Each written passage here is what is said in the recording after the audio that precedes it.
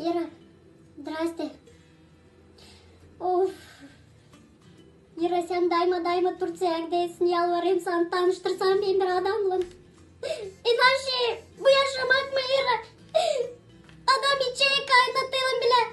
Kaynamaya hazırlay oradan oraya. Uşaklar kırladı gitti. Ben de isteyim yaşamayı Ira. Normalle yaşamayı isterim. Aşağıda. Aha. İyi evli mi?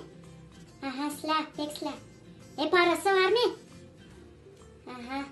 Söyle benden bir zay versen. Aha, hadi. Hadi.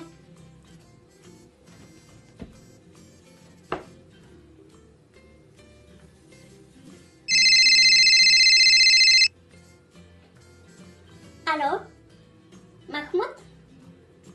Ben Katil. Ha, selam aleyküm. Ne yapıyorsun? Benim var bir büyük evim.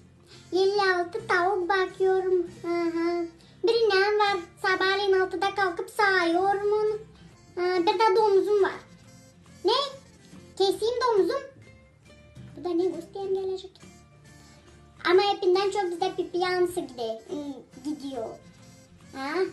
Pipi mi ne? İyi, bu da pipi bilmeyene. Önce tavuk ama ördeğe benziyor. Ha, anlat sen de neyle zannetse olasın. Ne iş yapıyorsun? Neyin içinde sabun sen gönderiyorsun? Başka zon teknesin bunu Mela. Sen de anladın mı?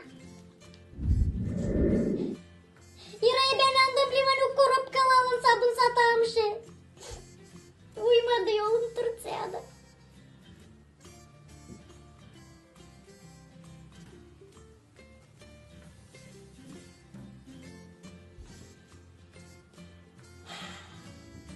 Fede, akal koyunu doyurma.